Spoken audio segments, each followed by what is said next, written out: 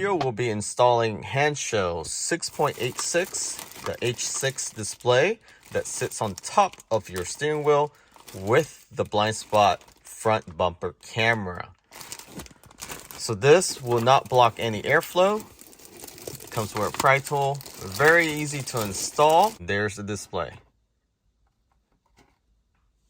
So this, as you see, sits on top of your steering wheel column. We'll be placing this on top of this display once we remove it. So in size comparison, almost twice the size in terms of width, but you have a lot more real estate compared to this 4-inch. So this is close to 7-inch, so almost twice the size. So we'll be removing this and installing that, which has the blind spot camera, and this one doesn't. This also has blind spot visualization on the display when you're changing lane. So it comes with all the wiring harness, so universal, Intel, and AMD. In addition, you have the camera harness and the camera itself. So you have the option for that to be able to get the blind spot camera. And it's definitely a larger lens compared to previous version. This is a much larger camera. You have better peripheral vision. First, what you want to do, go to the display, hit on the car icon, then move the steering wheel towards yourself, extend it and lower it. And using the scroll wheel on the steering wheel, push the left scroll wheel to the left all the way until it stops. So you fully extend it and then lower it by scrolling down.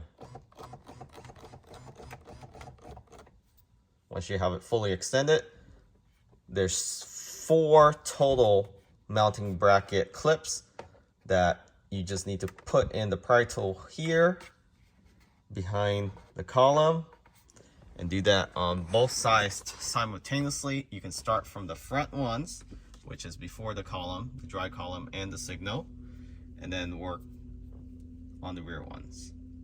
So let me get that focus there. So again, on the right side, it's on the same position. So let's do that.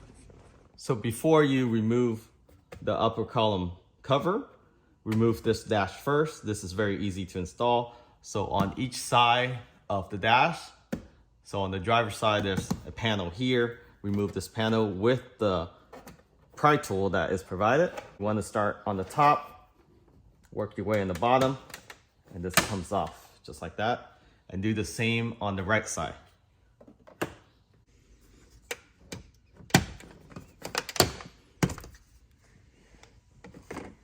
So after you have both covers removed, between this dash and the panel trim on the bottom, wedge this pry tool in between and then pop it up.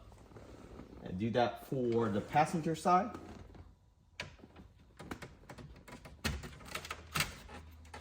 This comes right out.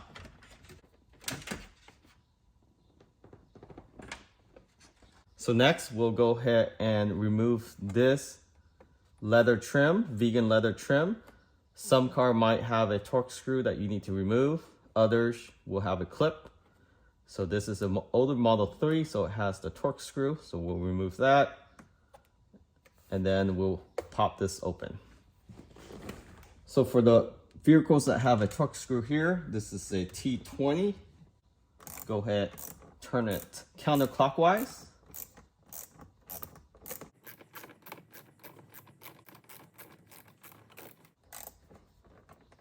And do the same for the other side.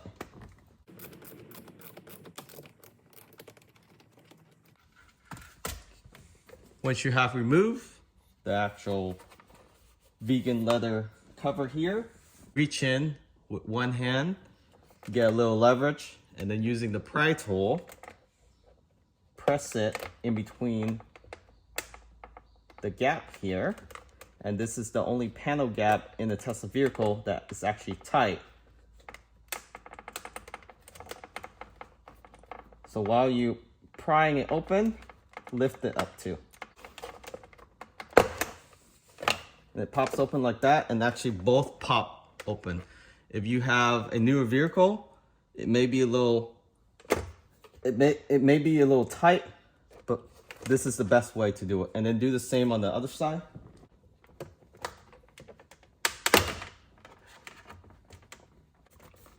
And then this trim here, you do have to fold in the flap a little bit to get it above the actual dash. And the OEM dash is the same.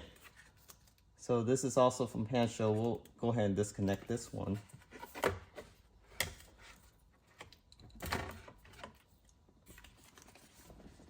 Okay, so go ahead and grab the Handshow smallest harness that came with the package. This connects to the bottom of the display. Make sure you do this before you attach the top cover back on. Make sure it's securely on there and it's locked. And you have 2 wires coming out on the other end. So one is for the camera, the other is to the Tesla computer system. All right, so once you have that connected, you do need to transfer that vegan cover on the rear here over to the new Handshow display. So this is easy to do. It's just held on by 6 clip. You want to work on the corner side first. So just slowly pull it up and out. And then these one, you just squeeze it together. You can also use a pry tool, but you can also squeeze it together if you have strong fingers. And then transfer this over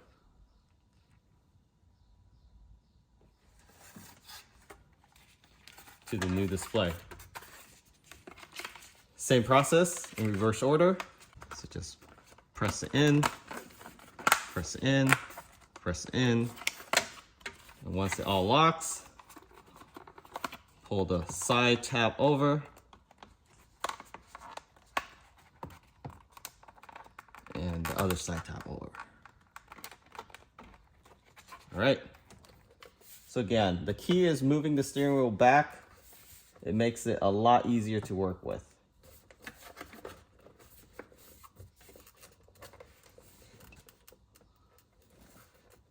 So once you line everything up, make sure all the tabs are lined up for all 4, and then just hammer this down. And then for the back, you can just squeeze it back down. So now just put those 2 torque screw back, or the clips, depending on which one you have, and then just hand torque it.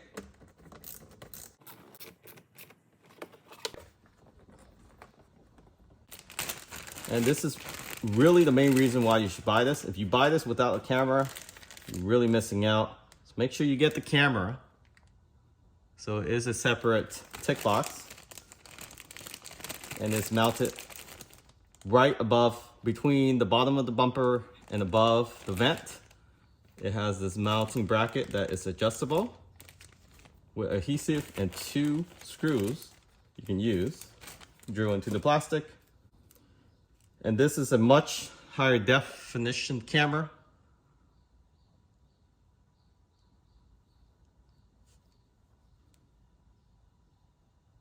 This is spec of green. The lens is a lot larger. You will have a better peripheral vision for your vehicle, especially for those that don't have the ultrasonic sensor. All right, to get to the actual computer module on the right side here, if you have AMD, the blue plug is here, right behind this panel. And then the actual Intel is in that computer, the second plug, the gray connection, white and gray connection, the one from the bottom, the second one from the bottom. So to open up this panel, so you have to do this for both AMD and Intel. It's very easy. You're not messing with any airbags or anything down here. Put it in, and then pull it out with your fingers.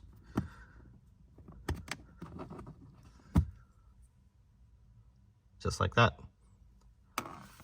So there's a total of 4 down here. So 3 towards the right side and the center.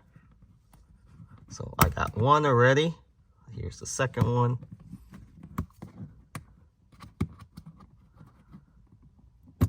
Right. Here's the third one. This is towards the middle right behind the footwell light. So don't worry, these clips won't break. It's very durable. This is also how you change your air filter, and there's also one towards the left side here.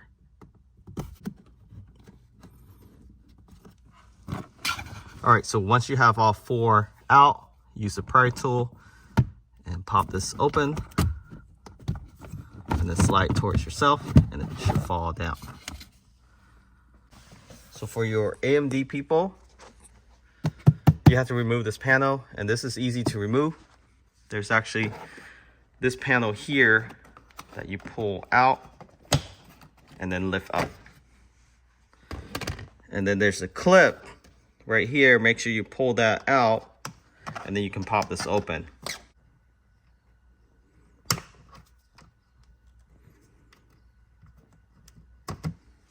All right.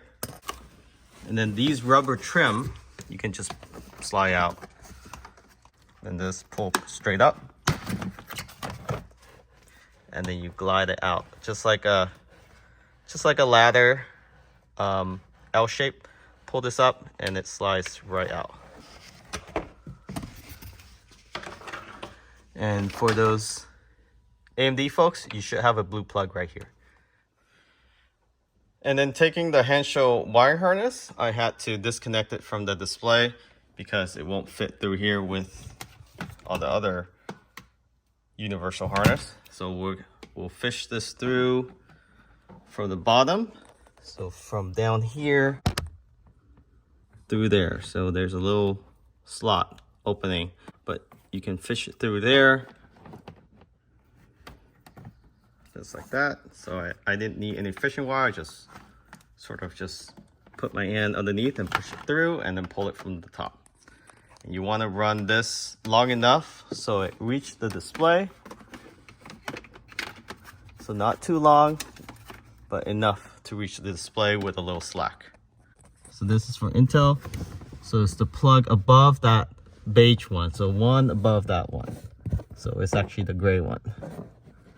Right there. So plug in there, and then do the U-loop back to the Tesla plug, and you're good to go with the display. And the last piece is installing the front camera. So once you have it plugged in, the display will automatically turn on.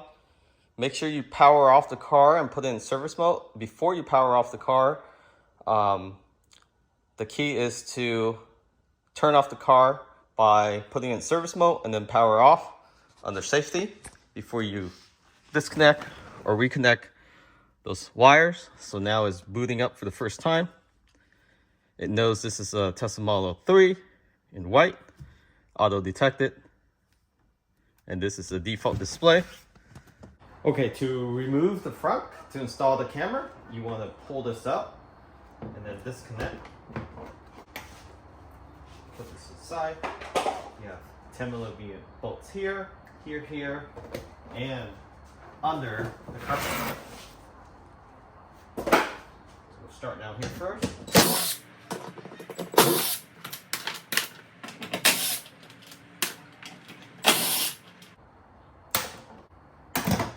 Alright, take off this cover.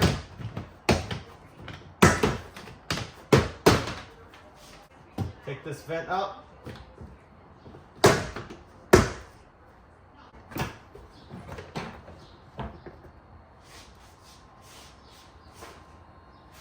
Extension wire.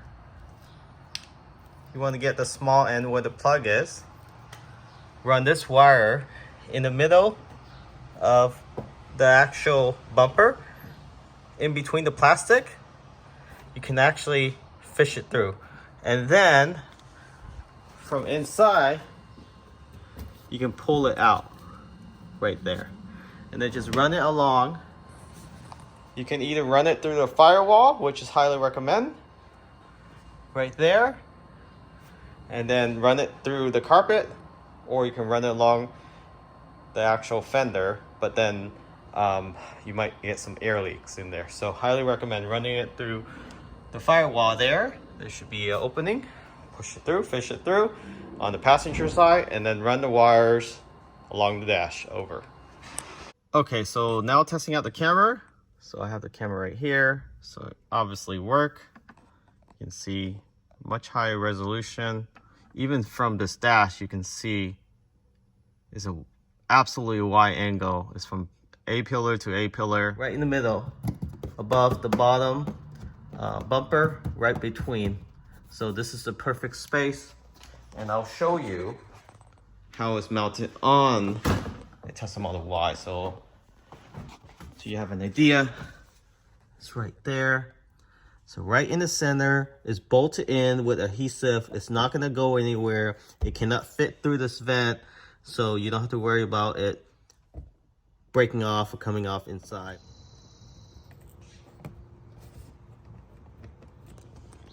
That is it. So right below the bumper. It's not that noticeable when you stand afar. That's where we mount the camera. All right, so this is how it looks like with the camera installed. And we have it mounted on the bumper. As you can see, this will be very useful for people without ultrasonic sensor. And the Tesla Vision is not accurate right now. I don't know if it will ever be. You can't really see in front of the bumper. The camera can't either. So this blind spot camera, definitely worth it. So if you are on the budget, this 6.86 display with the camera, definitely worth it. Use the code under 300.